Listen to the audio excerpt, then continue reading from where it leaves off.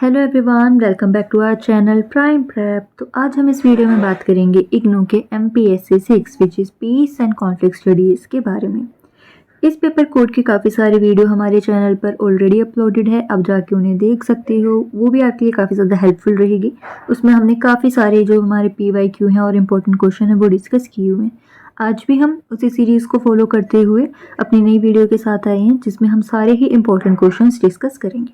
चलते हैं time waste ना करते हुए अपने फर्स्ट क्वेश्चन की तरफ, जो कि है हमारा एक्सप्लेन और या फिर right a short note on judicial methods of conflict resolution. इस पे हमें शॉर्ट नोट लिखना है judicial methods of conflict resolution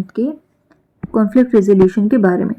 चलिए, तो जो हमारे सबसे पहले हम जान लेते हैं कि जो इंटरनेशनल पॉलिटिक्स में हमारे किस रीज़न की वजह से कॉन्फ्लिक्ट होते हैं। जैसे इंटरनेशनल पॉलिटिक्स में हमारे कॉन्फ्लिक्ट्स और डिस्प्यूट्स होने के काफ़ी ज़्यादा रीजंस रहते हैं। काफ़ी कॉमन बात है कि भाई हमारे कॉन्फ्लिक्ट हो जाए, डिस्प्यूट्स हो जाए। तो जो स्टेट्स है, स्टेट्स के बीच में बाउंड्रीज को लेकर भी हमारे कॉन्फ्लिक्ट होते हैं, चाहे ट्रीटीज़ को लेकर हो जाते हैं, ट्रेड इश्यूज़ को लेकर हो जाते हैं, या फिर रिसोर्सेज के बारे में भी हो जाते हैं। जैसे कि हमने देखा भी, अगर हम एग्जांपल लें तो जैसे पाकिस्तान और इंडिया के बीच में काफ़ी ज़्यादा वाटर को लेके इश्यूज़ रहते हैं।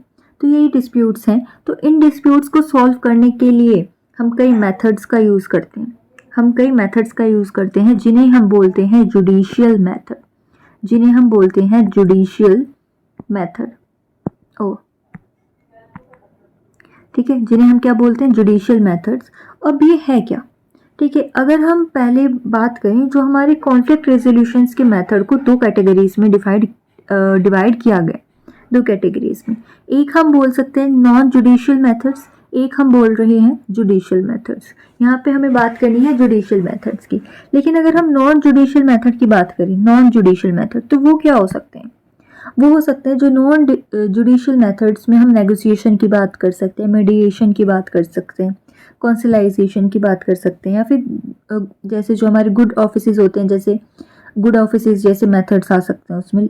लेकिन जब हम इन मेथड से डिस्प्यूट सॉल्व नहीं कर सकते, फॉर एग्जांपल हमने नेगोशिएशन से हम नहीं कर पा रहे कि दोनों पार्टीज एक कॉमन डिसीजन पे नहीं पहुंच पा रही है, बिना किसी लड़ाई के, बिना किसी रीज़न के, बिना किसी लड़ाई के या फिर बिना किसी डिस्प्यूट के वो एक कॉमन सॉल्यूशन पे नहीं पहुंच पा रहे हैं नेगोशिएशन के थ्रू। तो क्या हो सकता है, तब इन मेथड्स से जब डिस्प्यूट सॉल्व नहीं होती, तब जो है स्टेट्स क्या करती है, जुडिशियल मेथड्स का सहारा लेती है। ठीक है, इन जुडिशियल मेथड्स का। अब ये जुडिशियल मेथड का मतलब क्या है, अब हम ये जान लेते हैं कि जुडिशियल मेथड का मतलब है क्या। तो ये जो जुडिशियल मेथड है, इसका मतलब है कि डिस्प्यूट्स को लीगल प्रोसीजर के थ्रू सॉल्व करना। ठीक है, इसको लीगल प्रोसीजर के थ्रू सॉल्व करना, जहाँ एक न्यूट्रल थर्ड पार्टी जैसे कोई आर्बिट्रेटर हो गया, या फिर कोर्ट हो गया, या फिर ट्राइब्यूनल हो गया, तो ये डिस्प्यूट्स का डिसीजन देते हैं। ठीक है, इसमें हम क्या करते हैं, जब हमारा नेगोशिएशन से या हमारे आपस में अगर कोई बात सॉल्व नहीं हो रही है, तो जुडिशियल मेथड के थ्रू हम, या फिर कोई लीगल प्रोसीजर के थ्रू हम क्या करते हैं, थर्ड पार्टी को अपना डिसीजन देते हैं, ताकि वो हम दोनों के मैटर्स या फिर जिनके बीच में डिस्प्यूट्स हैं उनके आर्ग्यूमेंट्स को या डिस्प्यूट्स को सॉल्व कर सकें। वो एक आर्बिट्रेटर भी हो सकता है, कोर्ट भी हो सकता है, और ट्रिब्यूनल भी हो सकता है। ठीक है, इन मेथड्स को, ये जो मेथड्स हैं हमारे लॉ, एविडेंस और लीगल प्रिंसिपल्स पे ही बेस्ड होते हैं। ठीक है, इनका मेन पर्पस क्या होता है? इनका मेन पर्पस होता है कि डिस्प्यूट्स को पीसफुली सेटल कराना, बिना किसी फोर्स का यूज़ किए हुए। ठीक है, इसलिए जो जुडिशियल मेथड्स हैं हमारे, वो इंटरनेशनल रिलेशन में काफ़ी ज़्यादा इम्पोर्टेंट माने जाते हैं, क्योंकि ये वॉर की जगह क्या करते हैं, लॉ और जस्टिस को इम्पोर्टेंट देते हैं। ठीक है, हमने देखा भी है कि ये क्या कहते हैं उसको, फोर्स को यूज़ नहीं करते, ये वॉर को सपोर्ट नहीं करते, ये सपोर्ट करते हैं किसको, लॉ को और जस्टिस को। अब आ जाते हैं हम हमारे जुडिशियल मेथड्स के। अगर आप मीनिंग समझना चाहो नॉर्मल में, मतलब इजी लैंग्वेज में, तो हम कह सकते हैं, अगर जो जुडिशियल मेथड्स वो मेथड्स होते हैं जहाँ डिस्प्यूट्स में इन्वॉल्व पार्टीज जो हैं अपना अपना मैटर एक न्यूट्रल और लीगल रीऑर्गेनाइज्ड अथॉरिटी के पास ले जाती है, और वो अथॉरिटी क्या करती है, वो इंटरनेशनल लॉ के बेसिस पर डिसीजन देती है। और जो ये डिसीजन होता है, ये ट्रीटीज़, कन्वेंशन या फिर कस्टम्स और जर्नल लीगल के प्रिंसिपल्स पे ही होता है, मतलब उनके बेस पर ही दिया जाता है। सिंपल लैंग्वेज में अगर हम देखें तो जो मतलब स्टेट्स आपस में लड़ने के बजाय क्या करती हैं, सिर्फ पॉलिटिकल बार्गेनिंग करने के बजाय ये डिसाइड करती हैं कि एक लीगल बॉडी है जो उनके डिस्प्यूट्स के अकॉर्डिंग सेटल कराएगी। यानी कि अगर दो पार्टीज़ में, यानी दो कंट्रीज़ में या फिर दो स्टेट्स में अगर कोई लड़ाई हो रही है, कोई आर्ग्यूमेंट हो रहा है, कोई डिस्प्यूट्स हो रहा है, तो ये मिलके किसी एक न्यूट्रल पार्टी को, थर्ड पार्टी को अपना डिसीजन देगी और फिर वो थर्ड पार्टी इनके हिसाब से क्या लेगी, इनके अकॉर्डिंग कोई भी डिसीजन लेगी। ठीक है, उसके बाद हम आ जाते हैं main judicial methods of conflicts. एक है आपका आर्बिट्रेशन और एक है आपका जुडिशियल सेटलमेंट। अब आर्बिट्रेशन क्या है? आर्बिट्रेशन जुडिशियल मेथड का एक पुराना और इम्पोर्टेंट मेथड है। इसमें जो डिस्प्यूट्स हैं, इसमें डिस्प्यूटिंग स्टेट्स जो हैं आपस में एग्री करती हैं कि वो अपना डिस्प्यूट्स एक या एक से ज़्यादा आर्बिट्रेटर्स के पास भेजेंगे और जो फाइनल डिसीजन होगा, जिसे अवॉर्ड कहते हैं, उसे वही क्या करेंगे, एक्सेप्ट करेंगे। यानी कि जो आर्बिट्रेशन है, आर्बिट्रेशन में स्टेट्स खुद ये डिसाइड करती हैं कि कौन उनका केस सुनेगा और फिर आर्बिट्रेटर का डिसीजन बाइंडिंग माना जाता है। ठीक है, यहाँ पे मैंने ये भी मेंशन किया है, अगर आप स्कॉलर की डेफिनेशन या उनके व्यूज़ ऐड कर देते हैं तो आपका आंसर और काफ़ी ज़्यादा अच्छा और अट्रैक्टिव लगता है। तो जो जे स्टार्क हैं, ये बोलते हैं कि आर्बिट्रेशन एक वो प्रोसेस है जिसमें स्टेट्स अपने डिस्प्यूट्स उन लोगों के पास भेजती हैं जो उन्होंने खुद चूज़ किया होता है और साथ ही साथ और पहले से एग्री कर लेती हैं कि वो डिसीजन होगा, कि जो भी डिसीजन वो पार्टी लेगी या जो भी डिसीजन वो आर्बिट्रेटर लेगा वही उसे फॉलो करेंगे, वही उसे मानेंगे। इस डेफिनेशन से हमें आर्बिट्रेशन की 3 इंपॉर्टेंट बातें समझ में आती हैं। क्या चीज़? सबसे पहले कि कंसेंट होता है।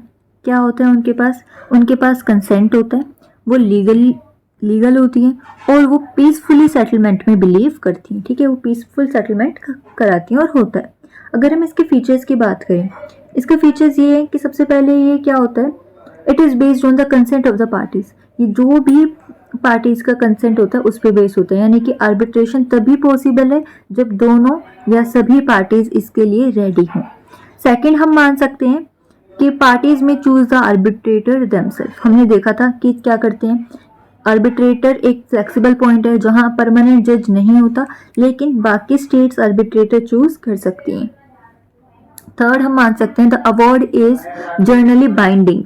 हमने बाइंडिंग वर्ड यहाँ पे भी देखा था, जिसे हम क्या कह रहे हैं, अवॉर्ड कह रहे हैं। इसका मतलब ये है कि जो फाइनल डिसीजन होता है उसे नॉर्मली पार्टीज को मानना होता ही है। ठीक है। Fourth is it is less rigid than a permanent code। ठीक है, less rigid than a permanent code but still legal in nature। इसका मतलब ये है कि आर्बिट्रेशन लीगल नेचर का होता है, लेकिन परमानेंट कोर्ट का जो परमानेंट कोर्ट है, अगर उससे हम कंपैरिजन करें तो उससे ये थोड़ा काफ़ी फ्लेक्सिबल होता है। यानी कि कोर्ट में हम ज़्यादा चेंजेस नहीं करा सकते, लेकिन यहाँ पर ये आर्बिट्रेशन में थोड़ा सा फ्लेक्सिबल होता है। Fifth is it is often used in disputes related to boundaries, trade, compensation and treaties। ये कह रहे हैं कि बाउंड्रीज या बाउंड्री डिस्प्यूट्स जो हैं या कंपनसेशन इश्यूज जो हैं, ट्रीटीज, इंटरप्रिटेशन या ट्रेड को लेकर जितने भी मैटर्स हैं, ये आर्बिट्रेशन का यूज़ काफ़ी ज़्यादा कॉमन करते हैं। यानी इन इश्यूज़ में हम आर्बिट्रेशन का यूज़ काफ़ी करते हैं। अगर हम ओवरऑल बात करें तो आर्बिट्रेशन एक ऐसा लीगल मेथड है जो नेगोशिएशन और फॉर्मल कोर्ट सेटलमेंट के बीच का एक मिडिल पाथ प्रोवाइड कराता है। इसमें लीगली भी होती है और फ्लेक्सिबिलिटी भी होती है। ठीक है, लीगल बोल दिया मैंने, एक ही बात है वैसे तो। लीगलिटी भी होती है, साथ ही इसमें क्या होती है, फ्लेक्सिबिलिटी भी होती है।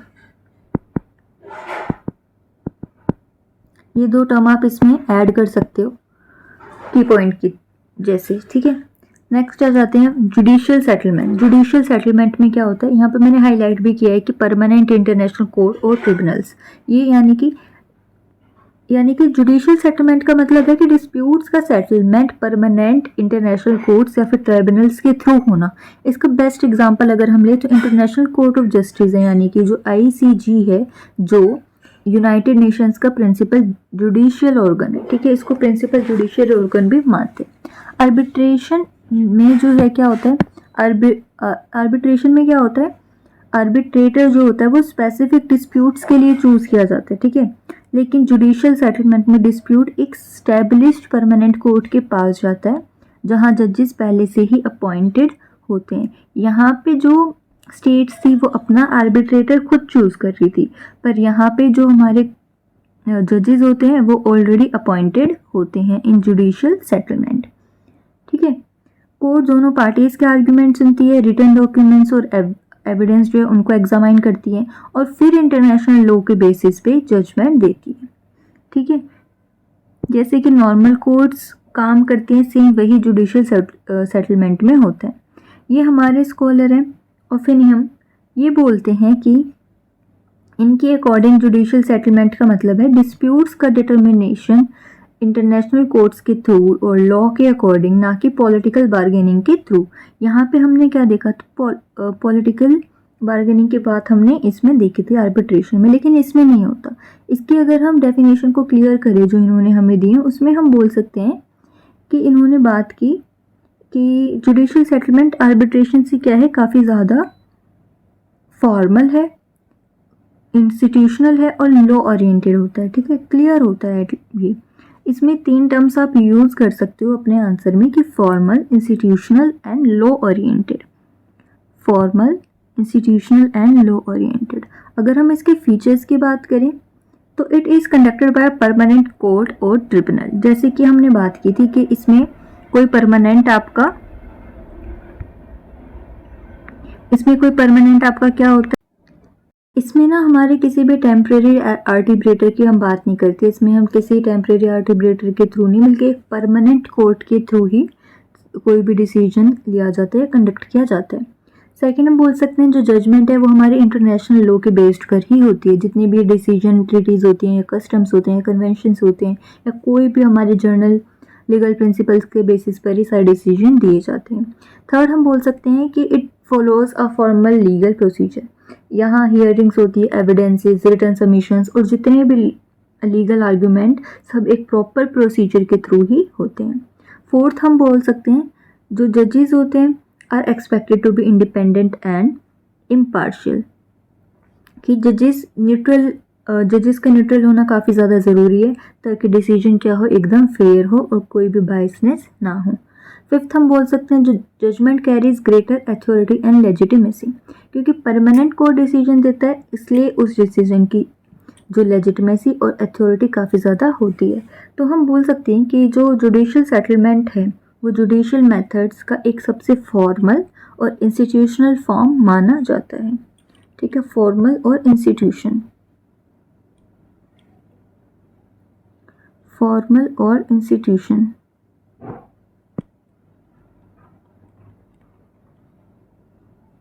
ठीक है।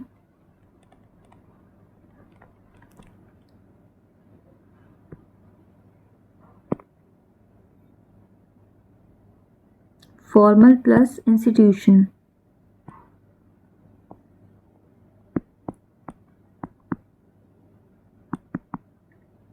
इंस्टीट्यूशनल, ये वाला भी ले सकते हो आप, ठीक है। चलते हैं अब आगे। अब आ जाते हैं characteristics, importance and limitations of judicial methods.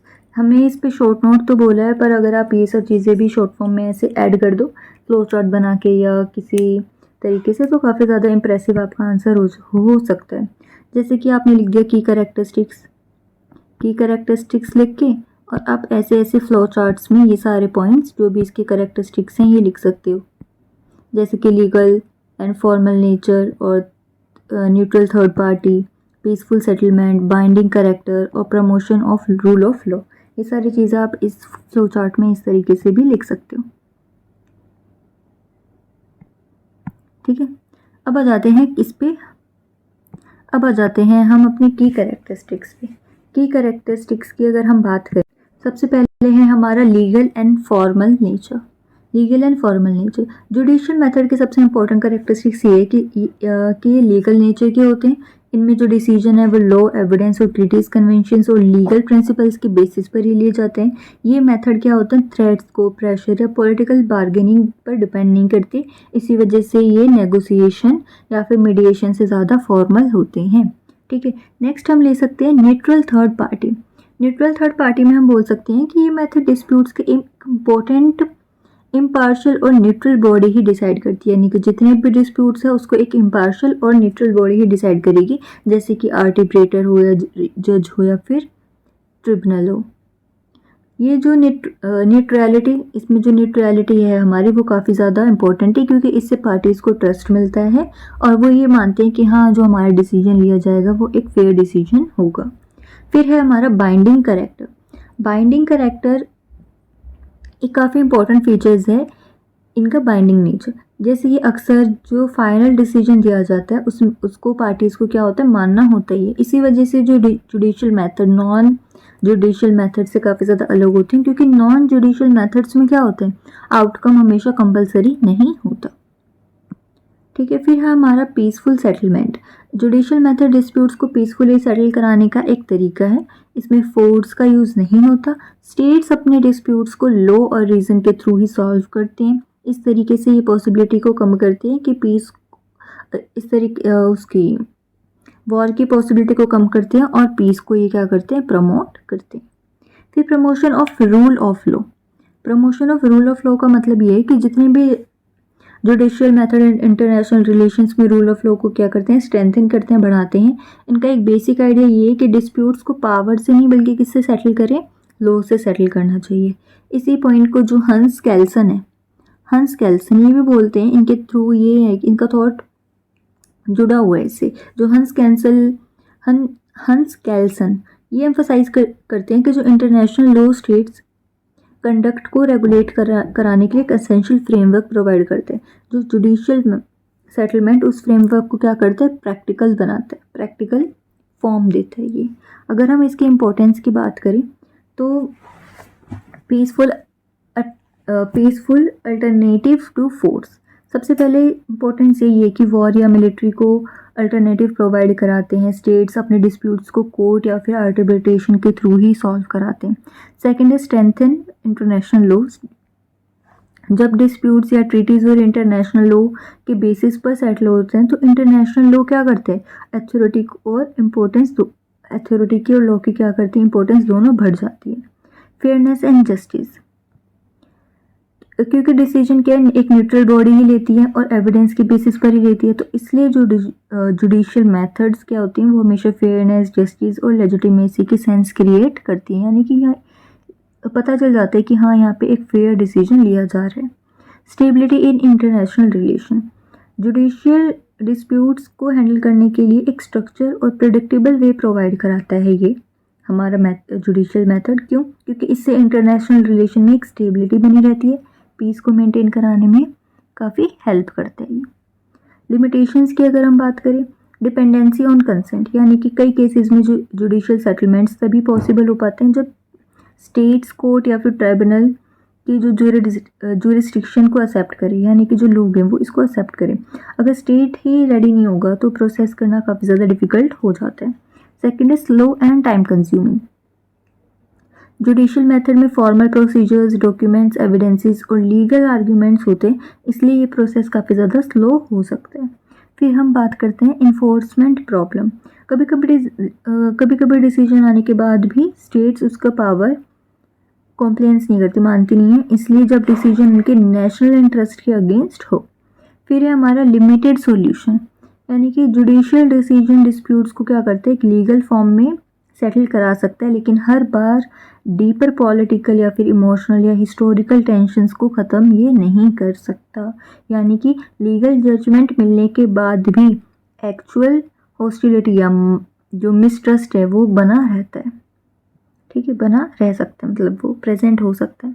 Conclusion आप इसमें ऐड कर सकते हो अपना आंसर ख़त्म करते वक्त या एंडिंग दिखाते वक्त की, तो लिख सकते हो कि जो judicial method of conflict resolution international disputes के वो पीसफुल सेटलमेंट के एक इम्पोर्टेंट पार्ट है।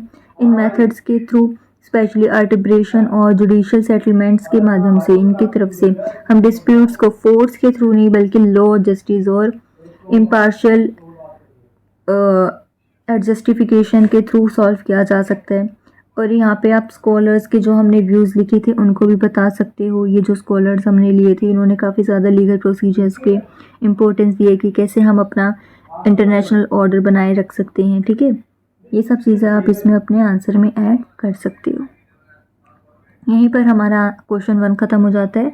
अब हम आते हैं अपने क्वेश्चन नंबर 2 की तरफ, जो कि है हमारा second question. Discuss the role of regional organisation in conflict prevention and resolution. ये हमारा सेकंड क्वेश्चन है। तो इसमें अगर हम इंट्रोडक्शन की बात करें सबसे पहले, तो जो इंटरनेशनल पॉलिटिक्स में कॉन्फ्लिक्ट्स हमें काफ़ी सारे सिर्फ स्टेट्स के बीच में नहीं बल्कि किसी एक पर्टिकुलर रीजन के अंदर भी देखने को मिलते हैं। ठीक है, हमने काफ़ी सारा देखा है कि एक ही रीजन में भी काफ़ी सारी लड़ाइयाँ हों या फिर डिसएग्रीमेंट्स हो रहे हैं, तो हमने काफ़ी देखा है ये। तो एथनिक किन किन वजह से हो सकता है? एथनिक वायलेंस हो सकता है, civil wars, border disputes, political instability है। इन सब चीज़ों की वजह से ऐसे इश्यूज़ हैं जो अक्सर रीजनल लेवल पर हमें देखने को मिलते हैं। ऐसे कॉन्फ्लिक्ट्स को प्रिवेंट करने और रिजॉल्व कराने में जो रीजनल ऑर्गेनाइजेशंस हैं इनका काफ़ी ज़्यादा इम्पोर्टेंट रोल है। अब रीजनल ऑर्गेनाइजेशन बेसिकली उन स्टेट्स के ग्रुप्स होते हैं जो एक जोग्राफिकल रीजन से बिलोंग करते हैं और अपने कॉमन इंटरेस्ट को, पीस को, सिक्योरिटी, डेवलपमेंट और कोऑपरेशन के लिए मिलकर क्या करते हैं? काम करते हैं। ठीक है, अगर हम कंटेम्प्रेरी इंटरनेशनल सिस्टम में जो रीजनल ऑर्गेनाइजेशन को कॉन्फ्लिक्ट प्रिवेंशन और कॉन्फ्लिक्ट रेजोल्यूशन का एक इम्पोर्टेंट फैक्टर मानते हैं आज के समय में भी, क्योंकि बहुत से कॉन्फ्लिक्ट जो हैं वो रीजनल इन कैरेक्टर होते हैं। ठीक है, अगर और पड़ोसी स्टेट्स या सामने के जो रीजन की कंट्रीज हैं उनमें कॉन्फ्लिक्ट्स हो सकते हैं, जैसे कि पॉलिटिकल, सोशल, कल्चरल बैकग्राउंड की वजह से को ज़्यादा अच्छी तरह समझ सकते हैं अगर हम उसे आउटसाइड पावर से कंपेयर करें।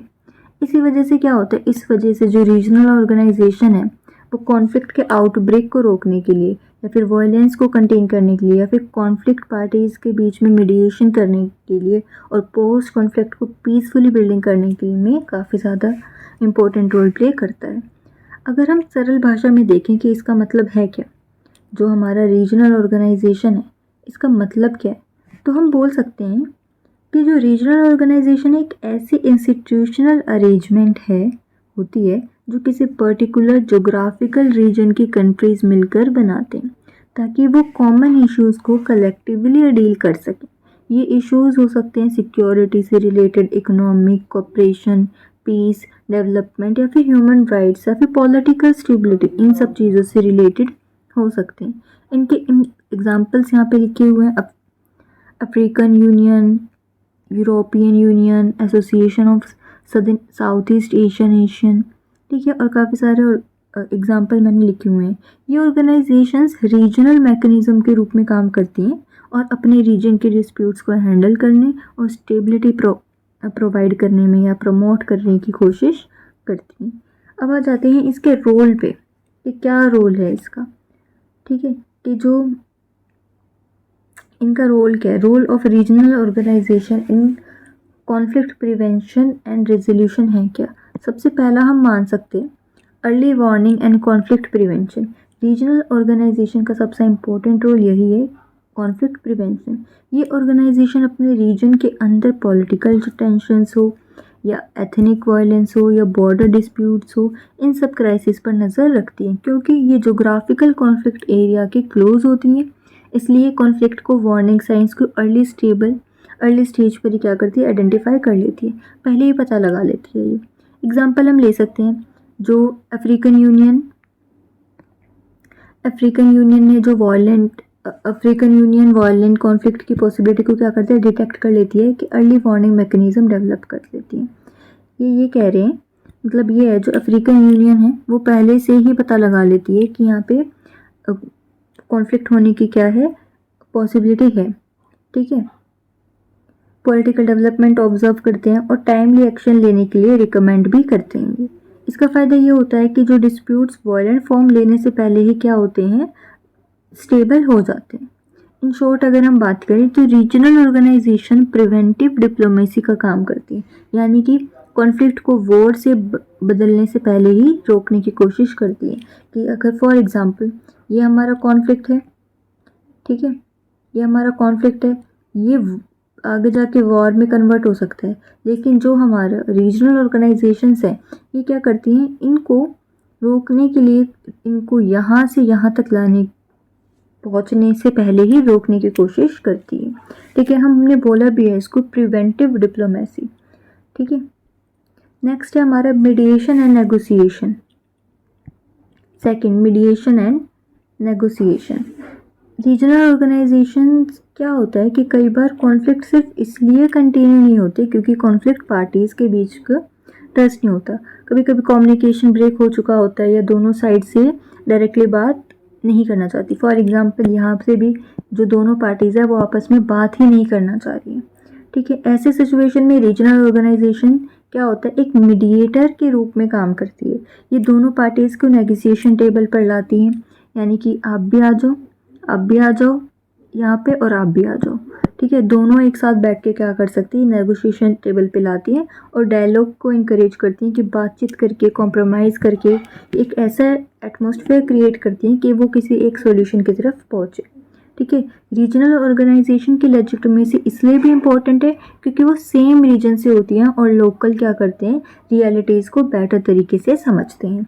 एग्जाम्पल यहाँ पे जो हमारे हैं, इकोवास ने लिबेरिया और जो सीरिया लियोने के कॉन्फ्लिक्ट्स को काफ़ी सारे मीडिएटरी रोल प्ले किया। यूएन और सूडान ने भी काफ़ी क्या किया, जैसे कंट्रीज़ ने भी पीस टॉक्स में बिलीव किया, इन्वॉल्वमेंट दिखाया। तो ये हम मान सकते हैं कि मीडिएशन और नेगोशिएशन के थ्रू जो रीजनल ऑर्गेनाइजेशन है वो काफ़ी ज़्यादा क्या हुए, उस रिड्यूस कराती हैं, मतलब वो वॉर्स को और कॉन्फ्लिक्ट्स को, और पीसफुल सेटलमेंट को क्या करती हैं, प्रमोट करती है। फिर उसके बाद है हमारा peacekeeping and peace enforcement. कई सिचुएशन में रीजनल ऑर्गेनाइजेशन सिर्फ मीडिएशन तक लिमिटेड नहीं रहती, बल्कि पीस कीपिंग और कभी कभी पीस इन्फोर्समेंट ऑपरेशंस भी अंडरटेक करती हैं, यानी कि वहाँ तक भी पहुँचती हैं। ये मिलिट्री ऑब्जर्वर्स भेज सकती हैं, पीस कीपिंग ट्रूप्स डिप्लॉय कर सकती हैं ये, ठीक है, या फिर जॉइंट रीजनल फोर्स क्रिएट कर सकती हैं ताकि क्या कर सके, वायलेंस को कंट्रोल किया जा सके और सिविलियंस को प्रोटेक्ट किया जा सके। एग्जाम्पल वही है जो इकोवास ने लिया था लिब्रिया और सीरिया में। इन्होंने क्या किया था, फोर्स डिप्लॉय की थी, यानी फोर्स को इन्होंने लगा दिया था और सिविलियन को काफ़ी ज़्यादा प्रोटेक्ट भी कर सकती है हमारी peacekeeping and peace enforcement. ठीक है, ये तब इम्पोर्टेंट हो जाता है जब कंसर्न स्टेट खुद लॉ और ऑर्डर मेंटेन करने में फेल हो जाती है या फिर कॉन्फ्लिक्ट रीजनल स्टेबिलिटी की एक थ्रेड बन जाता है, तब हम पीस कीपिंग और पीस इन्फोर्समेंट लेके आ सकते हैं। ऐसे केसेस में क्या होता है, जो रीजनल ऑर्गेनाइजेशन कॉन्फ्लिक्ट कंटेनमेंट की क्या करती है, एक्टिव इंस्ट्रूमेंट बन जाती है इस टाइम पर वो। ठीक है, काफ़ी एक्टिवली बिहेव करती है क्या, रीजनल ऑर्गेनाइजेशन। जब फॉर एग्जांपल कोई भी एक कंट्री है, उसमें कोई भी कॉन्फ्लिक्ट्स हो रहे हैं या कोई भी चीज़ें हो रही हैं, जब वो उनके ही कंट्री का कोई भी लॉ एंड ऑर्डर वर्क नहीं कर रहा, कोई भी चीज़ें लॉ एंड ऑर्डर वर्क नहीं कर रहा, वो फेल हो रहे हैं हर चीज़ में और उनकी कॉन्फ्लिक्ट स्टेबिलिटी बन ही नहीं रही है, एक थ्रेट बन गया है, तब जो रीजनल ऑर्गेनाइजेशन है वो हेल्प करती है एक तरीके से। फिर आपका promotion of legal and confidence building. ठीक है, ये रेगुलर मीटिंग, समिट, डिप्लोमेसी और रीजनल डायलॉग्स फोरम्स ऑर्गेनाइज कराते हैं जहां स्टेट्स अपने कंसर्न पीसफुली डिस्कस कर सकते हैं। इसी की तरह है मीडिएशन की तरह, मीडिएशन एंड नेगोशिएशन की तरह। ये इस प्रोसेस में क्या होती है, मिसअंडरस्टैंडिंग कम हो जाती है, कम्युनिकेशन इंप्रूव होती है और जो म्यूचुअल ट्रस्ट है वो बिल्ड हो सकता है। एग्जाम्पल मैंने यहाँ पे लिखा हुआ है, आप उसको भी देख सकते हो। ठीक है, उसके बाद है हमारा फिफ्थ जो कि है post conflict peace building and reconstruction. नाम से ही हमें पता चल रहा है, ठीक है, नाम से ही हमें पता चल रहा है जो रीजनल ऑर्गेनाइजेशन का रोल सिर्फ कॉन्फ्लिक्ट ख़त्म करने तक लिमिटेड नहीं होता, बल्कि पीस एग्रीमेंट साइन हो जाने के बाद भी उनका रोल क्या है, कंटिन्यू रहता है। किस फॉर्म में, पोस्ट कॉन्फ्लिक्ट पीस बिल्डिंग के रूप में, कि अगर हम कॉन्फ्लिक्ट हो गया उसके बाद भी हम कैसे जो हमारे ये है रीजनल ऑर्गेनाइजेशन कैसे काम करें। तो ठीक है, पीस बिल्डिंग में आता क्या क्या, अगर हम सोचे भी पीस बिल्डिंग बार बार आ रहे पीस बिल्डिंग, तो पीस बिल्डिंग में क्या क्या आ सकते हैं, इंस्टीट्यूशंस को रीबिल्ड कराना, ठीक है, रिकंसिलाइजेशन को प्रमोट करना, इलेक्शंस को सपोर्ट करना, इकोनॉमिकली हम काफ़ी ज़्यादा रिकंस्ट्रक्ट, ठीक है, इकोनॉमिकली रिकंस्ट्रक्ट करने में हम हेल्प करें, ठीक है, गवर्नेंस को स्ट्रेंथन करना, ये सब आ सकते हैं। जो यूरोपियन यूनियन ने बाल्कन्स में जो पोस्ट कॉन्फ्लिक्ट कंस्ट्रक्शन में इम्पोर्टेंट रोल काफ़ी प्ले किया था। यूएन ने वहाँ क्या किया था, डेमोक्रेटिक इंस्टीट्यूशंस हो या फिर इकोनॉमिक रिकवरी हो या फिर रीजनल कोऑपरेशन को काफ़ी ज़्यादा वहाँ पे सपोर्ट किया, हम जानते हैं। ये रोल इसलिए इम्पोर्टेंट है क्योंकि सस्टेनेबल पीस का मतलब सिर्फ वायलेंस को एंड करना नहीं होता, क्या होता है, बल्कि उन कंडीशंस को भी एड्रेस करना होता है जिन्होंने कॉन्फ्लिक्ट को जन्म दिया या फिर जिनकी वजह से कॉन्फ्लिक्ट हुआ, ठीक है। इसमें यहाँ पे हम एग्जांपल में देख सकते हैं बाल्कन्स वाला जो मैंने अभी आपको बताया। उसके बाद हम 6th में बोल सकते हैं कि support to democracy, human rights and good governance, कि रीजनल ऑर्गेनाइजेशन ये समझती है कि कॉन्फ्लिक्ट्स अक्सर क्या होती है, ऑथोरिटेरियन रूल या फिर पॉलिटिकल एक्सक्लूजन या फिर ह्यूमन राइट्स के जब वॉयलेशन हो और वीक गवर्नेंस की वजह से पैदा होते हैं। लेकिन ऐसा भी है, इसलिए कई जो रीजनल ऑर्गेनाइजेशंस है वो डेमोक्रेसी हो, कॉन्स्टिट्यूशनल रूल्स हो या फिर ह्यूमन राइट्स को क्या करती है, प्रमोट करती है, ठीक है, ताकि वो कॉन्फ्लिक्ट से प्रिवेंशन कर सके या कॉन्फ्लिक्ट को प्रिवेंट कर सके। एग्जाम्पल मैंने यहाँ पे लिखा हुआ है, आप देख सकते हो, ठीक है, जैसे कि यूरोपियन यूनियन पीस और स्टेबिलिटी को डेमोक्रेसी, रूल ऑफ लॉ और ह्यूमन राइट्स से लिंक करती है, हमने देखा भी है, ठीक है। हम कह सकते हैं कि जो इंक्लूसिव गवर्नेंस और राइट्स के रिस्पेक्ट को प्रमोट कराकर जो रीजनल ऑर्गेनाइजेशन है वो क्या करती है, कॉन्फ्लिक्ट के स्ट्रक्चरल केसेस को कम कराने की कोशिश करती है, यानी जितने भी केसेस हुए हैं कॉन्फ्लिक्ट्स के उनको कम कराने की कोशिश करती है। 7th हम बोल सकते हैं cooperation with United Nation. Regional organisation का रोल तब और ज़्यादा स्ट्रॉन्ग हो जाता है जब वो खुद यूनाइटेड नेशंस के साथ मिलकर काम करती है। जो यूएन चार्टर का जो चैप्टर 8 रीजनल आर्ग्यूमेंट्स के रोल को रिकॉग्नाइज कराता है, प्रोवाइड कि उनकी एक्टिविटीज़ यूएन प्रिंसिपल को ये कंसिस्टेंट हो, ठीक है, ये मानते हैं। कई केसेस में जो रीजनल ऑर्गेनाइजेशंस और जो यूएन है एक दूसरे को क्या करते हैं, कॉम्प्लीमेंट करते हैं। क्या क्या हम लिख सकते हैं यहाँ पे कि जो रीजनल ऑर्गेनाइजेशंस है वो लोकल नॉलेज या फिर रीजनल लेजिटिमेसी और जो क्विक रिस्पांस को प्रोवाइड कराती है, और यूएन क्या कराती है, UN international legitimacy, wider support and resources provide करती है, ठीक है, यूएन। और हमने पढ़ा था रीजनल ऑर्गेनाइजेशन का, इसका भी आप देख सकते हो। रीजनल बॉडी प्रोवाइड कराती है नॉलेज और क्विक रिस्पांस, ठीक है। ये जो दोनों कॉपरेशन से काम करती है, जो मिलकर काम करती है, इसका क्या रिजल्ट आता है, इसका रिजल्ट ये आता है कि कॉन्फ्लिक्ट प्रिवेंशन और कॉन्फ्लिक्ट रेजोल्यूशन के ज़्यादा इफेक्टिव ये बना देती है, यानी कि जो हमारी जितनी भी कॉन्फ्लिक्ट है उससे हमें प्रिवेंट करती है और हमें कॉन्फ्लिक्ट के जितने भी सोल्यूशंस होते हैं हमें ईजिली प्रोवाइड कराती है। इसके इम्पोर्टेंस की अगर हम बात करें, why regional organisation matter, regional organisation matter क्यों करती है, ठीक है, कुछ मेजर रीजंस हैं इसके भी। सबसे पहले हम बोल सकते हैं कि they are closer to the conflict area, कि इसलिए वो लोकल रियलिटीज़ और बैकग्राउंड को बेटर समझ पाती है क्योंकि वो कॉन्फ्लिक्ट एरिया के काफ़ी ज़्यादा क्लोज होती है। They can respond more quickly, global institutions के कंपैरिजन में कई बार जो रीजनल ऑर्गेनाइजेशन है वो हमें फास्टली यानी कि जल्दी रिस्पॉन्स देती है, जल्दी हमें रिप्लाई देती है। They create a sense of regional ownership, क्या करती है, जब रीजन की कंट्रीज खुद पीस प्रोसेस में इन्वॉल्व होते हैं तो पीस इफेक्ट्स को काफ़ी ज़्यादा लेजिटिमेसी मिलती है। 4th हम कह सकते हैं they combine diplomacy, peace keeping and reconstruction, यानी कि एक रीजनल फ्रेमवर्क के अंदर कॉन्फ्लिक्ट प्रिवेंशन से लेकर पोस्ट कॉन्फ्लिक्ट बिल्डिंग तक का काम किया जा सकता है, ठीक है। हम बोल सकते हैं कि जो regional organisation modern conflict resolution system का एक एसेंशियल पार्ट बन चुका है, ठीक है। अब हम आ जाते हैं इसके लिमिटेशंस पे, लिमिटेशंस ऑफ रीजनल ऑर्गेनाइजेशन बोल सकते हैं। सबसे पहले है lack of resources. Developing world की कई रीजनल ऑर्गेनाइजेशंस के पास क्या है, इनफ फाइनेंशियल, मिलिट्री या फिर टेक्निकल रिसोर्सेज नहीं होते, जिसकी वजह से कॉन्फ्लिक्ट को इफेक्टिवली मैनेज वो नहीं कर पाती। Lack of resources.